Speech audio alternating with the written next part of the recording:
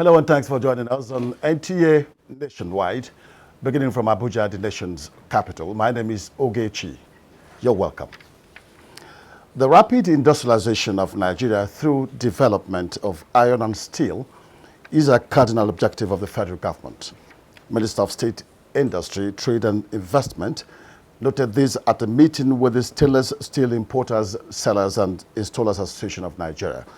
Abdullahi Suleiman Yaji reports. Neglect of the iron and steel sector over time has affected production of industrial items such as iron rods, barbed wires, and coils, capable of stimulating massive job creation.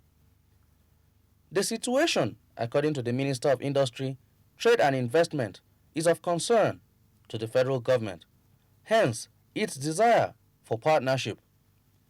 We have the steel policy under our National Industrial Revolution Plan, which is going to be a roadmap for them in setting up their factory. We're also going to ensure that as pioneer company or groups that are coming up with this initiative, whatever it is, incentives that we can provide for them, we would also provide, as well as also give them the institutional support in terms of developing a viable business plan and perhaps accessing from finance. The purpose of the visit is to seek the assistance of the ministry, because as an association we are looking for a way of want to develop stainless steel in Nigeria, and part of it is building a stainless steel plant. Not just a stainless steel plant, a stainless steel market and others allied companies that comes with it.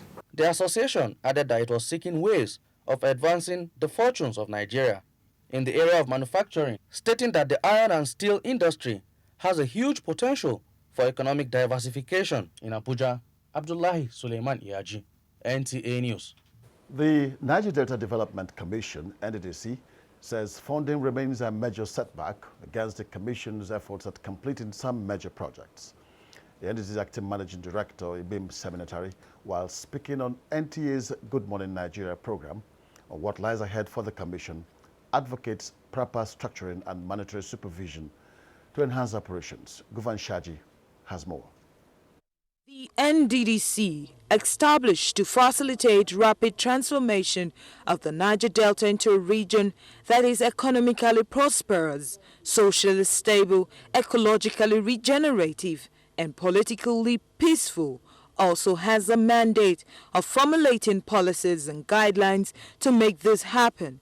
Its operations cover the 9 oil-producing states of the region. NDDC's acting managing director, Ibim Seminatary, says the Commission has made great impact in implementing some quick impact projects, distributing them across oil-producing communities to improve the region's economy and raise living standards. In several communities in the Niger Delta, the NDDC is the only government they know. I mean, I was at Atte in Ondo State. It's not even directly oil producing, but it's in an oil producing state. And the KBC said to me, every road you see done here was done by the NDDC. Seminatary, however, points out that squabbles among some past executives, lack of internal accountability, as well as large-scale corruption has affected the progress of some projects in the region. The Ogbenimbe road that we were hastening, we ought to have commissioned that road in April. We didn't commission because the worker was kidnapped. Yeah. 2 soldiers were killed on the project. I met with the government of Bayelsa State, and I said to them, if you still want this project, you've got to guarantee the security of personnel. President of the Council for the Registration of Engineers in Nigeria, Koren Kashim Ali, pointed out possible areas of attention to quicken the achievement of positive results in the region through the activities of the NDDC. We have a stakeholders meeting again of key stakeholders, not in their own places, in your own office. Bring them where you have control over their conduct. And they say, look, so everyone is making noise that you have not, like someone will say, my community is crying. You now show him the one that should be crying more. There should be some form of equity. In Abuja, Gufan Shaji, NTA News. This is instructive to know that smoke emitted from firewood combustion, scientists say, contains complex gases and particles that affect the lungs and Heart, a non-governmental organization, Islamic Green Club Empowerment Initiative, in collaboration with the Federation of Muslim Women Association of Nigeria, Form 1, has joined the campaign to enlighten women on the matter. Fatima Aliyu reports. Statistics shows that about 72% of Nigerians depend solely on fuel wood for cooking, and smoke emanating from firewood as the major source of that in the country. Just as records from the World Health Organization also indicate that firewood smoke is the third largest killer of women and children in Nigeria, attributing 94,000 deaths to smoke from traditional biomass stove. Collection of wood used as firewood, Form 1 and Islamic Green Club Empowerment Initiative maintained, have adversely affected the socio-economic and well-being of all habitants. Thus, they say, informed their decision to encourage tree planting and advocate the use of gas against traditional fueling. Over the years dating back to 2008, we have been carrying out activities like tree planting and empowerment, discouraging people from wood fueling and cutting of the trees without replanting. This cooker gas can help them to enjoy cooking in this holy month, Ramadan. That is why we brought this item to them. By giving us this gas cooker, they really take us away from smoke every year, undying support, and we so much appreciate it. The event is part of activities to mark this year's Form 1 week in Abuja. Fatima Aliyu, NTA News. Historical maps of Calabar drafted in 1894 by Roger Casement, a diplomatic officer, have been presented to the Director General National Commission for Museums and Monuments, Malam Yusuf Usman, in Abuja. Media Bass reports that the presentation was done by Sion Hoy, Ambassador of Ireland to Nigeria, and Paul Ockright, British High Commissioner to Nigeria. These maps were very important because for many people who came to Nigeria, they entered by the rivers. Calabar was the gateway. The artifacts are some of the earliest attempts to map the Calabar region by Roger Casement. 2 water tanks which still stand on a high tower in Calabar, Cross River State, are locally known as the Casement tanks and are credited to the first public water supply for the local community. This year marks the centenary of his death. The leadership crisis in the People's Democratic Party deepens as Senator Ali Modu Sharif takes over the party's national secretariat, declaring McCarthy-led caretaker committee as illegal. Abdullahi Garba Burunkudu reports that Sharif, who was earlier stopped from getting access to the building by the police, later entered and addressed a press conference. There is nothing like caretaker. I remain the authentic chairman unless the laws of our land, if the courts make a pronouncement and say that Ali Sharif is not the chairman, I will obey as I always obey thee. Meanwhile, the party's Board of Trustees has described his action as undemocratic. It's above every member. The party is above every one of us, and we should not kill this party. Well, let's now join Lagos Network Center for a story on the launch of a book on maritime jurisprudence and other reports with Vera as our guide. Hello, Vera. It's good to see you. Good to have you join us here in Lagos. A book described as the first of its kind in a ship-owning nation like Nigeria has been presented to the public in Lagos. Titled Foundation of Carriage of Goods by Sea, The Nigerian Perspective, the book is written by a renowned legal practitioner and senior advocate of Nigeria, Chidi Ilogu. The 324-page book, described as being of utmost importance to a cargo-owning nation like Nigeria, is said to be well-researched in a specialized field of carriage of goods by sea. It captures the prevailing jurisprudence in the Nigerian maritime environment. The book, which is structured into 8 chapters, addresses the fundamental international principles of shipping and carriage of goods by sea within the Nigerian context and involving case law. There are also 2 chapters on the international aspects of carriage of goods by sea, which will be a valuable resource for our lawmakers in law reform and policy considerations that underpin such reform.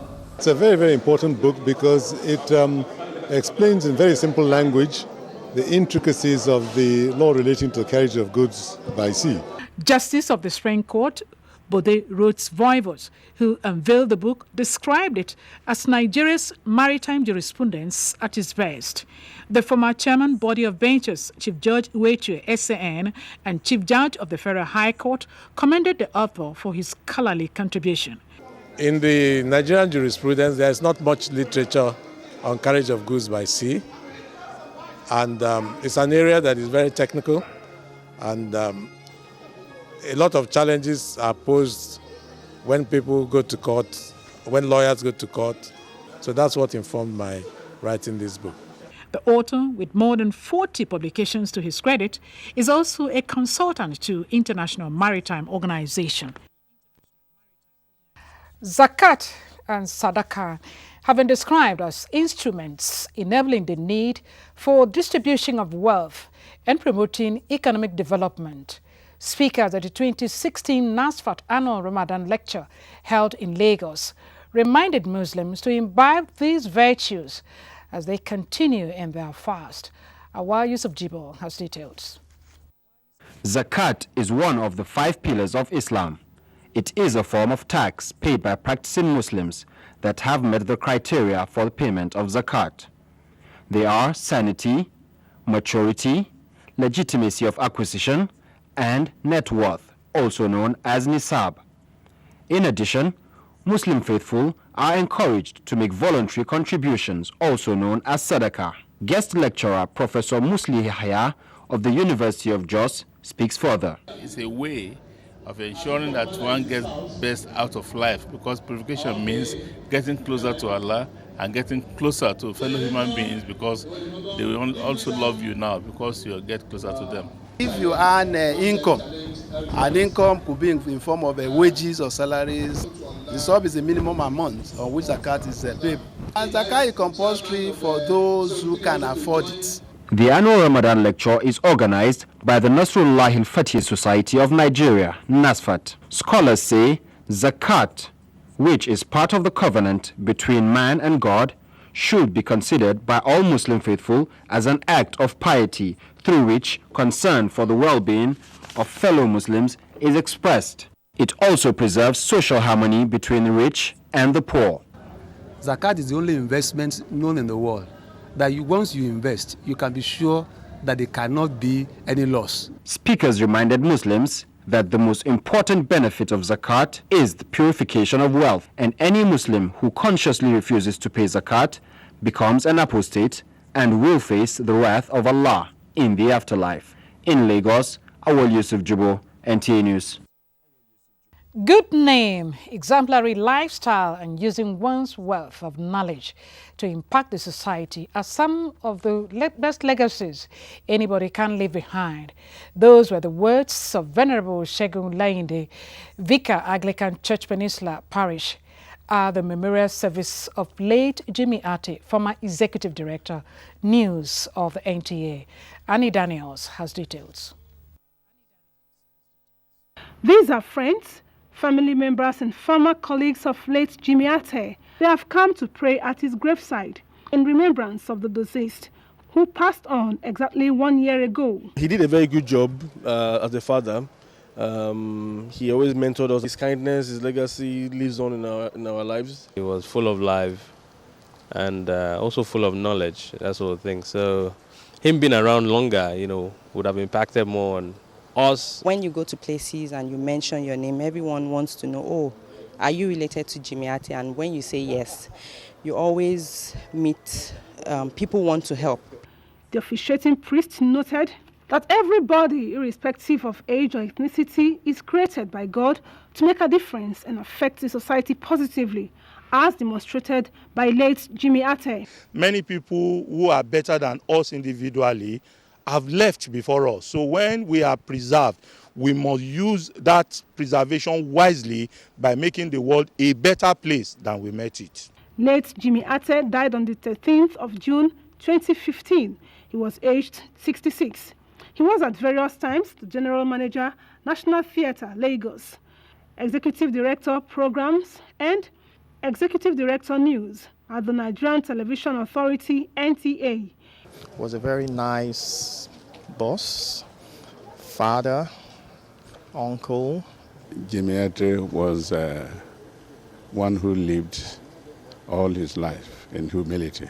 Prayers were offered for the peace and well-being of those he left behind. In Lagos, Annie Daniels, NTA News.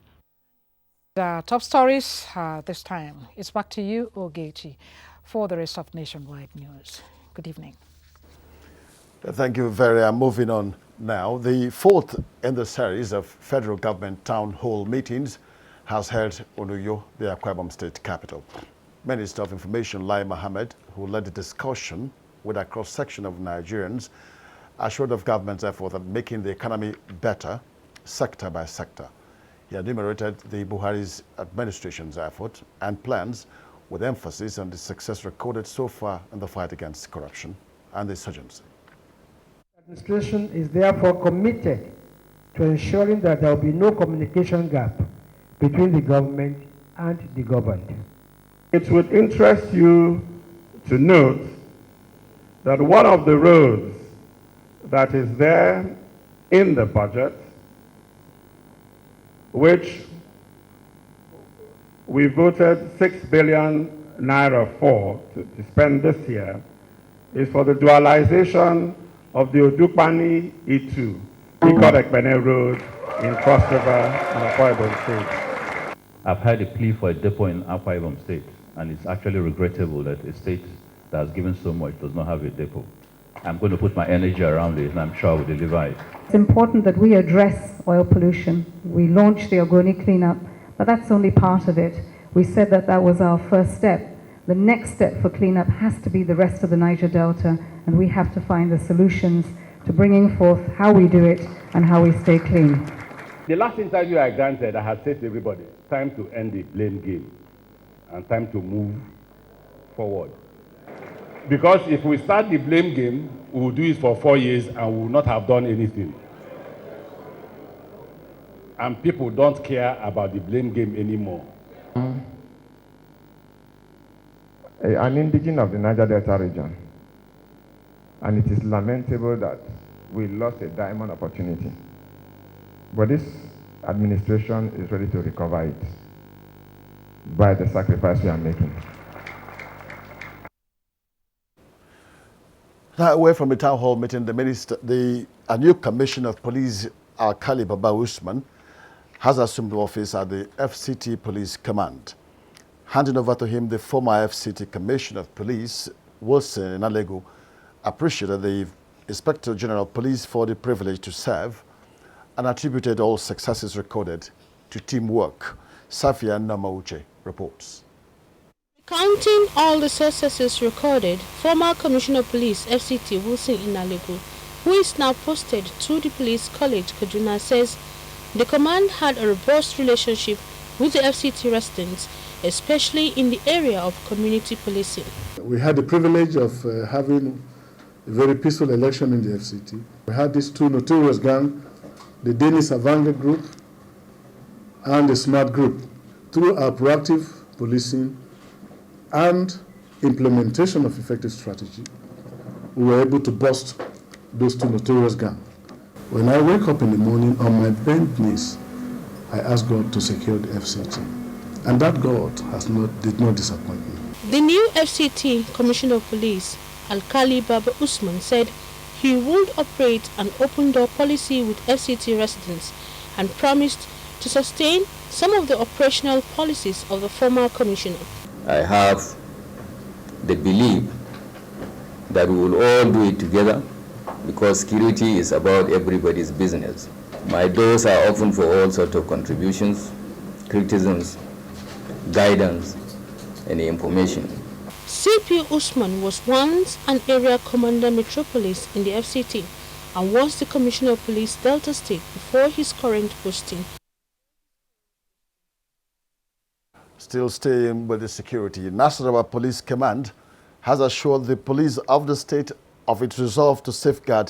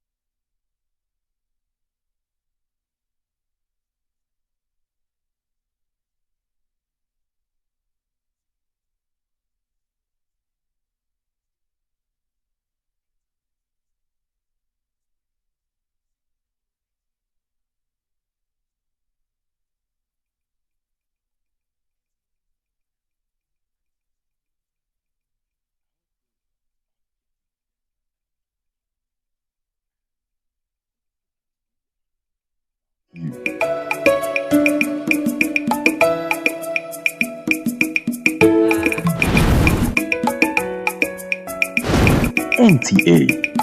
It's all about you.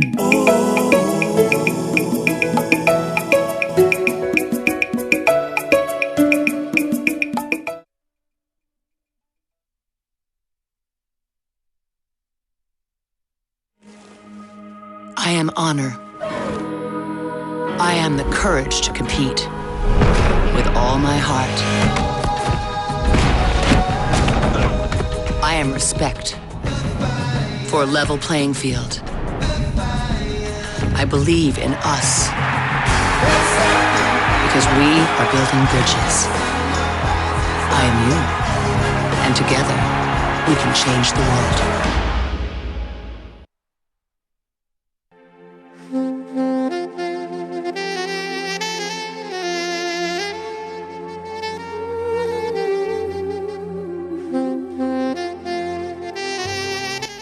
Fashion is a distinctive and often hidden.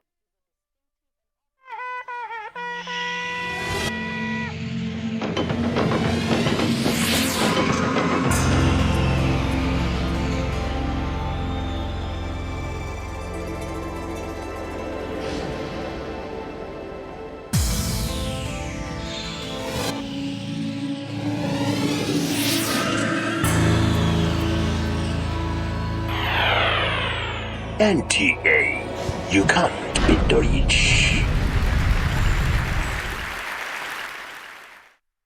Is power. Everyone wants power.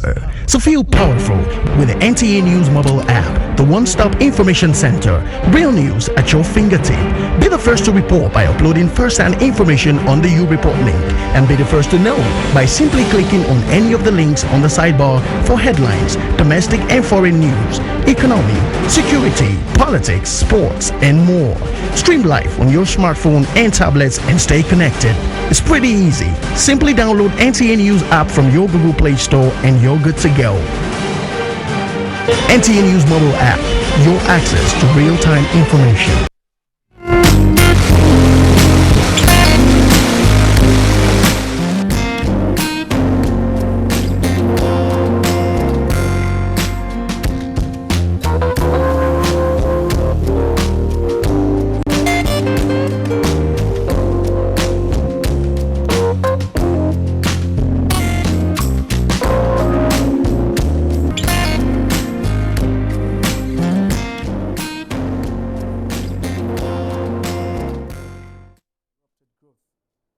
First, through constant military interventions, and secondly, through successive political changes.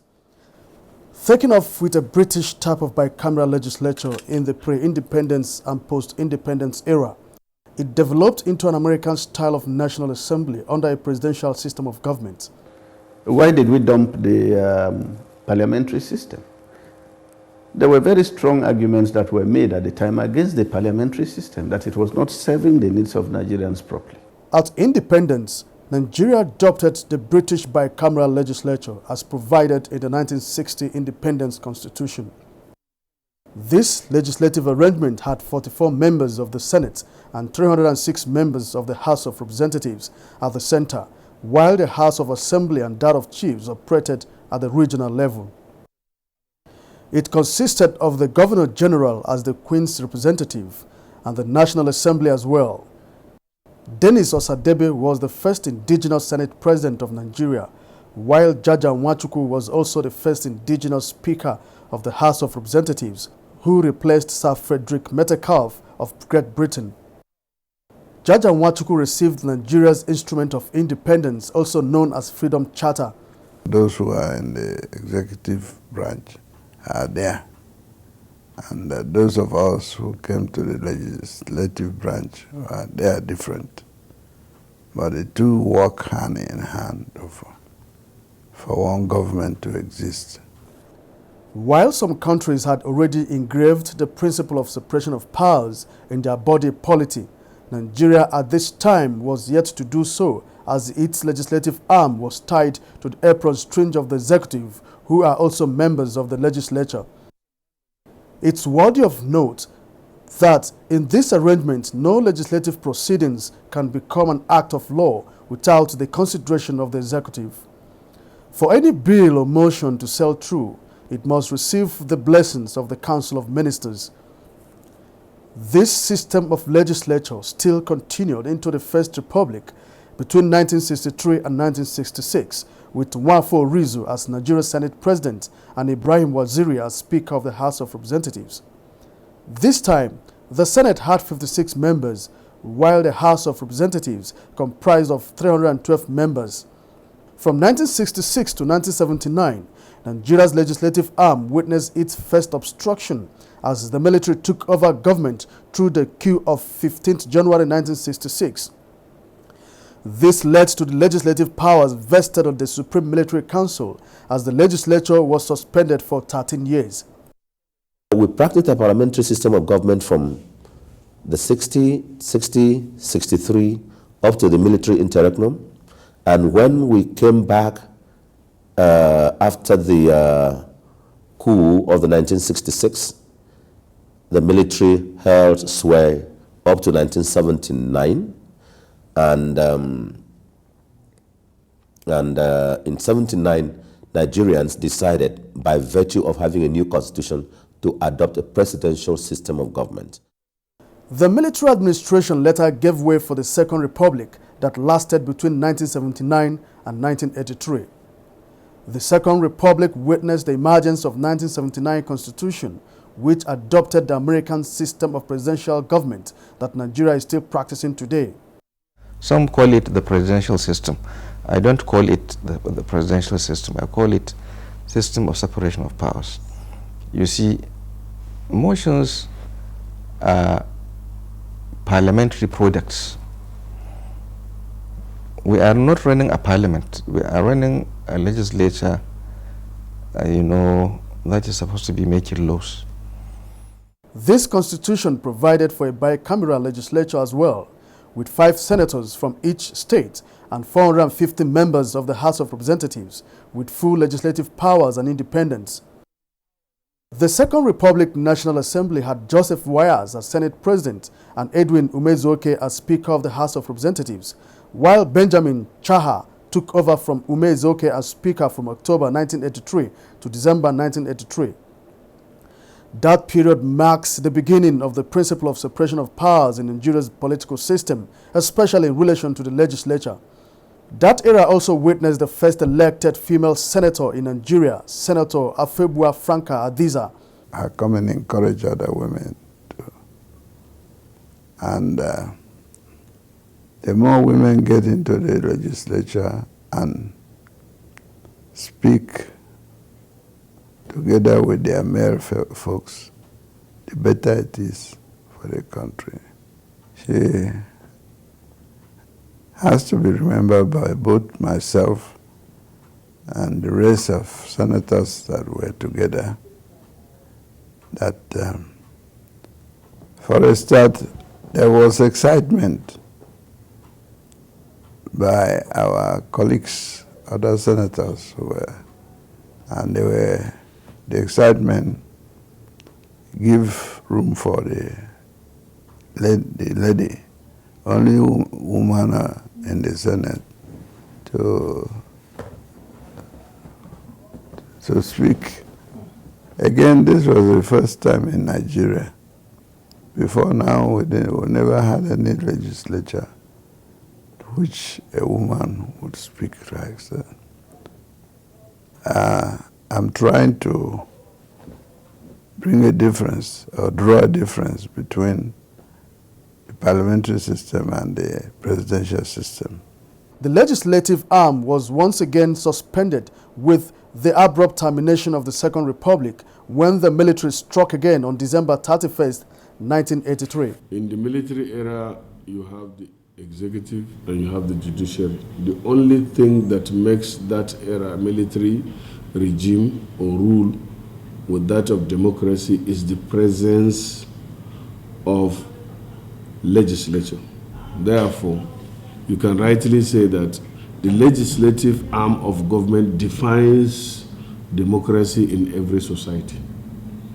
And therefore, anything that the legislative arm of government does in a democratic setup is what is absent in the military setup.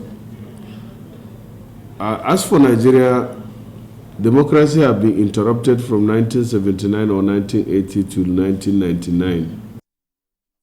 Another military intervention on August 27, 1985, dealt another blow to the development of the legislature as the Supreme Military Council and the Armed Forces Ruling Council became the law-making body in the country, thereby fusing both legislative and executive functions into one authority, just like it was at independence.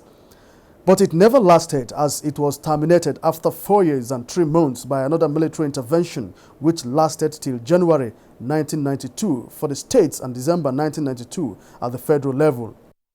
Analysts observe that this adversely affected the legislative arm of government and in its role in national development through checks and balances. Without the parliament, there is no democracy. And that is why once if there is a military coup, the institution that is abolished is the parliament, because the parliament is a symbol of democracy in every nation.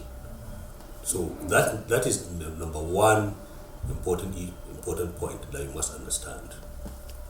Secondly, between 1999 to today, the parliament has performed very well and has stabilized the nation. You should understand that no law is passed into law without the parliament.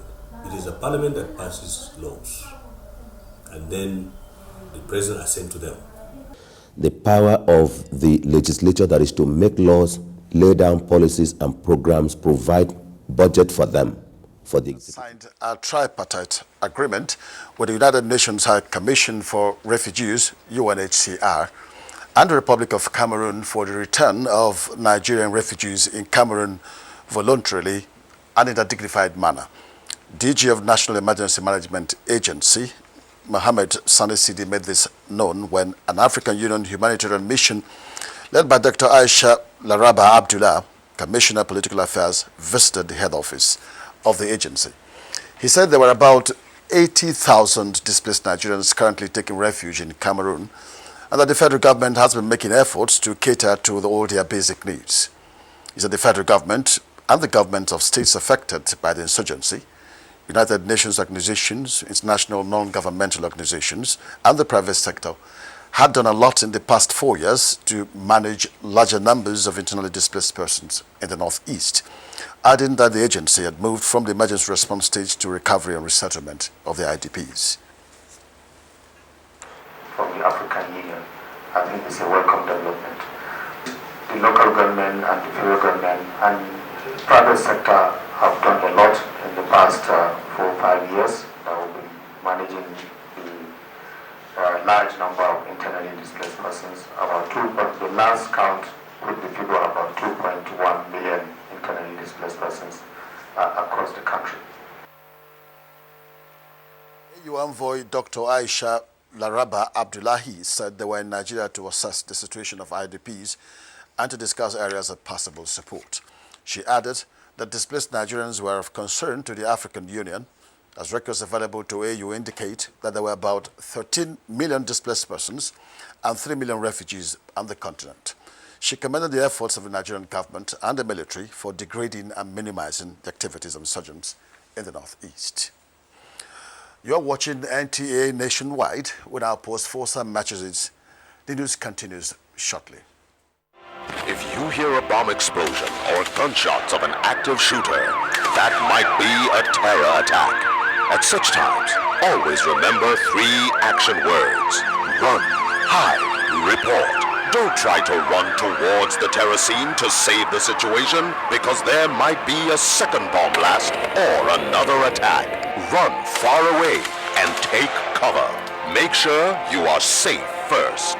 Yes, it is in our nature to sympathize over the hurt, but remember, only trained personnel can help in such situations.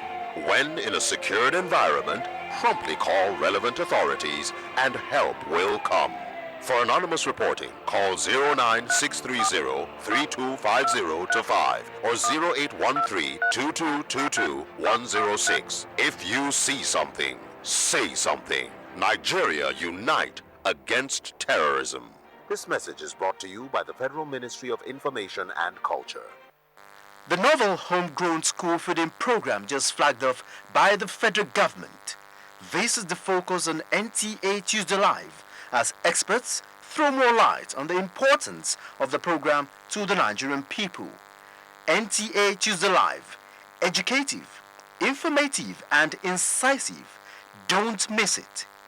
Admission forms for the 2016-2017 academic session of the NTA Television College Jos into its diploma courses are now on sale. NTA TV College Jos is the only federal government-owned specialized tertiary institution charged with the mandate of providing high-quality professional education in television production, engineering, and journalism. It runs diploma courses in TV production, TV journalism, and TV engineering. Applicants are required to have at least 5 credits in English language and mathematics at SSCE, NECO, or GCE O levels. Application forms can be obtained from the college at Refugee Jos on payment of a non-refundable fee of 7,500 Naira in bank draft, or at any NTA state capital station nationwide. Completed application forms should be returned to the office of the Academic Secretary, NTA Television College, Refugee Jos, or to the Center of Purchase. For further inquiries, please call 080-655-87730. NTA Television College Jos, training you to be the best you can be.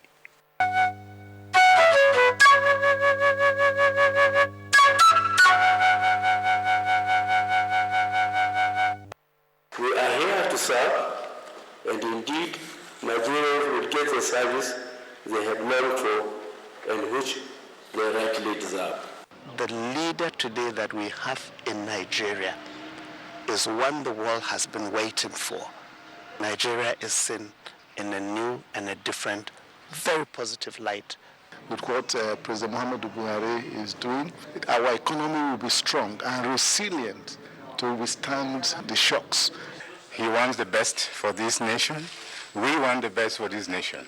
Our aspirations should be to put this country first, and together we shall make progress. If we don't believe in our own country, nobody will believe in our own country. So we must make sure that we continue with the trajectory. We don't want to make a mistake of the past. This president has a singular opportunity to make that difference because the whole country is behind him. And by the grace of Almighty God and the sheer will and determination of the Nigerian people, we will come out stronger and more united than ever.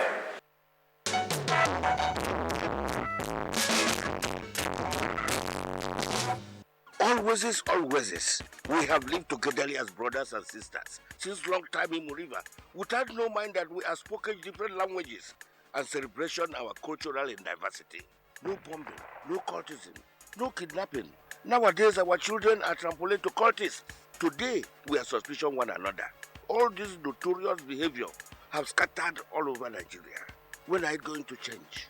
More. When are you going to stop? Terrorism are unwanted visitors. Kidnapping are criminal. Cultism are barbaric. Do not destroy this country, oh. Our country, Nigeria, are blessed, oh. Are you see what I'm saying? Support Nigerian police force in their civil war against terror, kidnapping and cultism. Report any bad move around you. See and does not talk, I kill old age. And to hear and does not behavior, I kill small picking. All of us have the duty of building Nigeria free of crime. That are our dream. This message is from the Nigeria Police Force.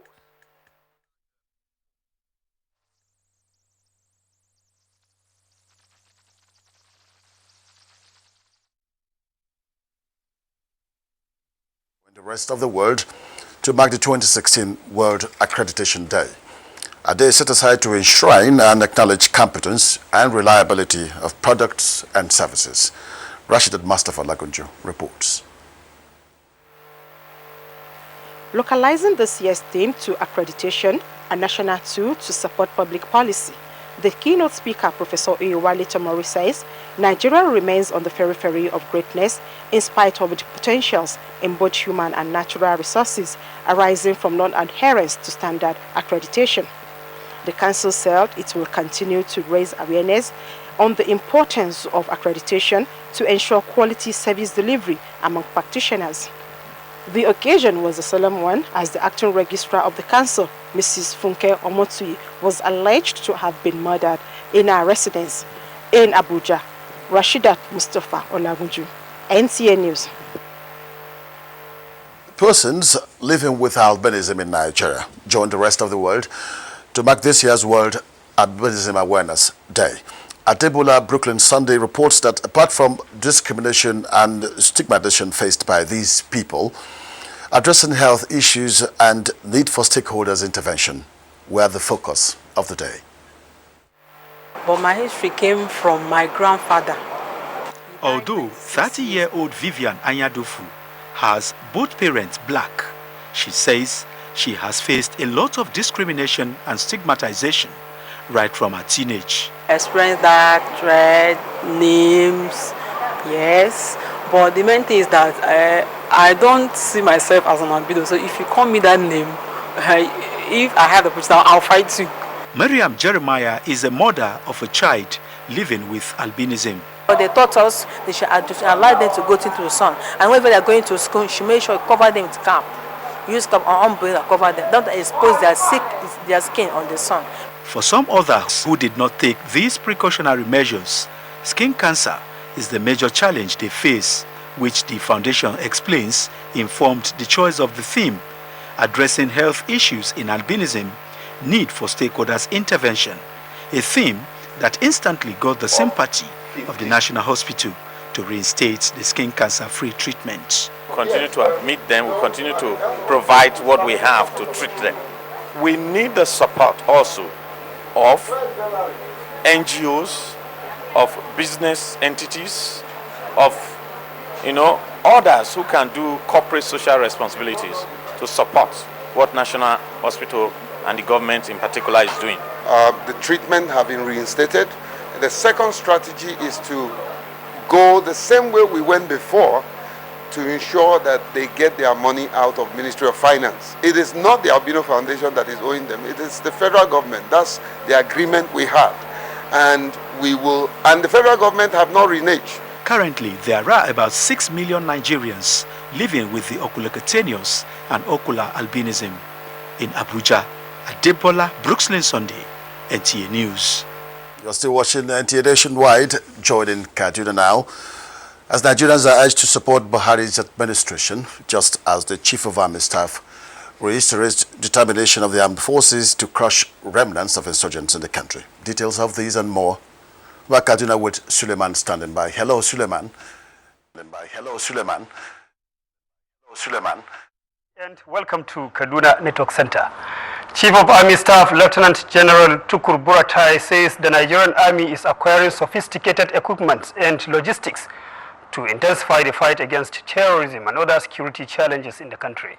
The Army Chief stated this at the graduation of participants of Junior Course 8-1 at Armed Forces Command and Staff College, Jaji, Kaduna. Muhammad Lol Baba reports.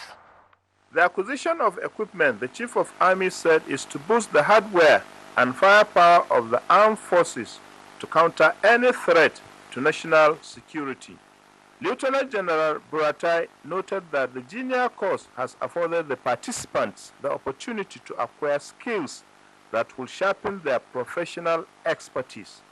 The Army Chief urged the graduates to remain resolute and determined in bringing to an end the fight against terrorism.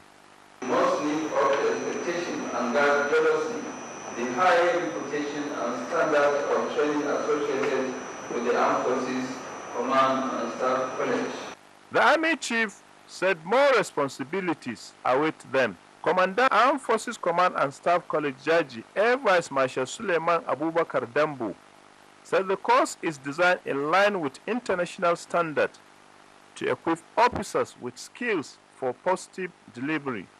As you are now fully equipped to cope with most challenges that you are bound to meet as you progress in your careers. The 176 graduates were conferred with past staff course certificate. In Kaduna, Muhammad Lawal Baba, NTA News. Speakers at a lecture on the one-year achievements of Buhari administration says for Nigeria to restore its glory, there is the need for Nigerians to support the initiatives of the Buhari administration. Garba Muhammad Nata'ala completes this story. Speakers at the lecture took time to explain some of the ills facing the country. They were specific on corruption that impacts negatively on the lives of Nigerians, with accumulation of wealth being placed above national interest. Despite achievements made on 1 year after President Muhammad Buhari assumed office, the hardship being faced by Nigerians has widened beyond Boko Haram insurgency to issues of farmers and herdsmen clashes, kidnappings, militancy, and economic sabotage, among others.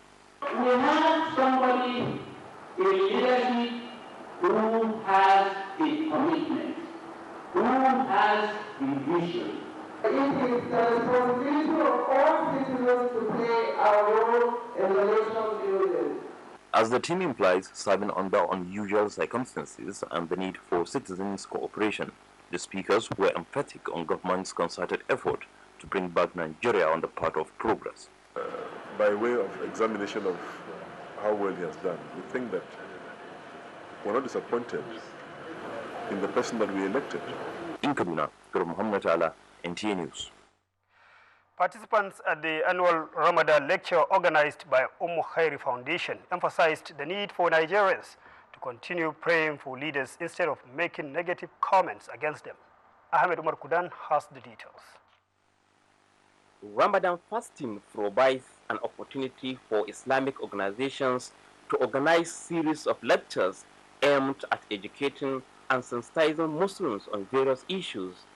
Some Islamic scholars at the lecture urge Nigerians to be patient and contribute in finding a lasting solution to the present economic reality facing the country.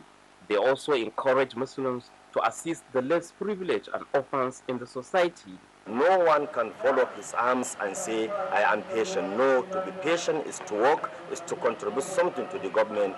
The Emir of Zazzau, Alhaji Shehu Idris, represented by Alhaji Yahya Yusuf, emphasized the need for peaceful and harmonious coexistence among Nigerians. Other speakers advised women to be up and doing in seeking both Islamic and Western education for the development of the country. In Kaduna, Ahmad Umar Kudan, NTA News.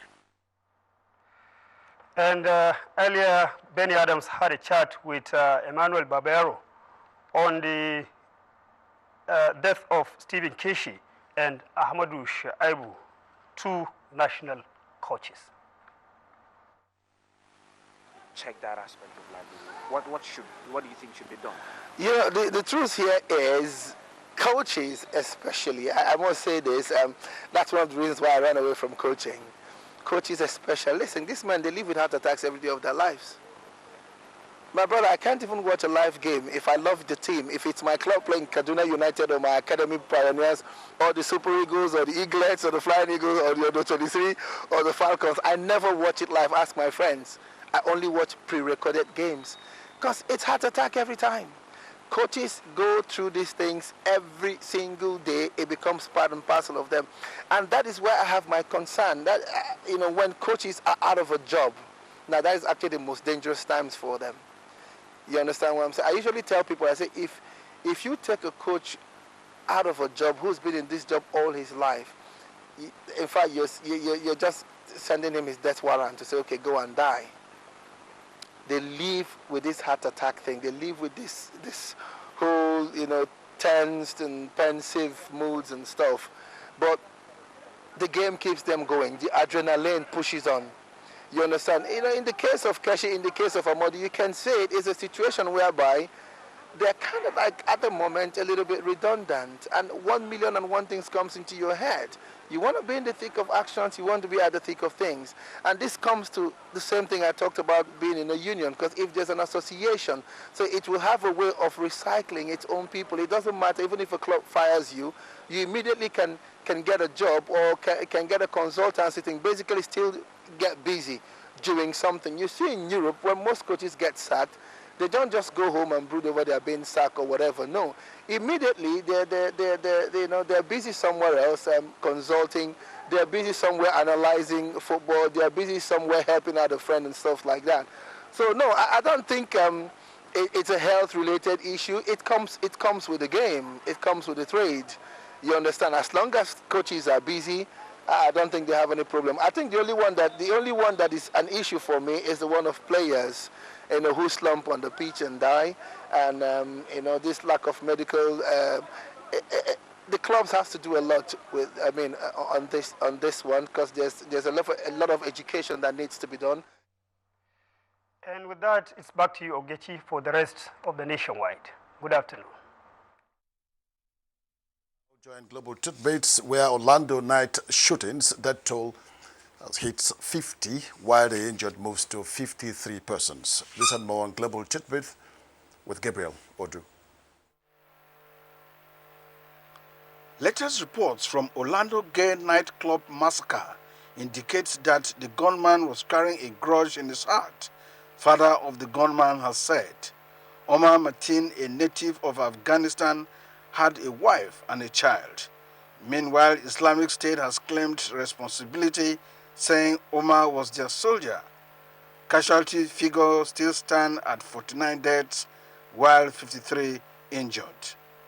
And from South Africa, the defense witness to South African athlete Oscar Pistorius says the athlete is a broken man with major depression issues. Oscar Pistorius was convicted of murder of girlfriend Renvak Steenkamp in 2013. And Eritrea has accused Ethiopia of launching an attack at the country's heavily militarized border. Ethiopia is yet to respond to the accusation. A peace deal was signed in 2000 between the two countries to end the war, but it has not been fully implemented. That's Global Tidbits. Gabriel Udu, NTA News. And to our sports desk, Nigeria's women basketball team seeks to be at the Olympics in another qualifier in France as Brazilians mourn the ouster from Copa American Football Championship. Amazing Marcos has details on sports update.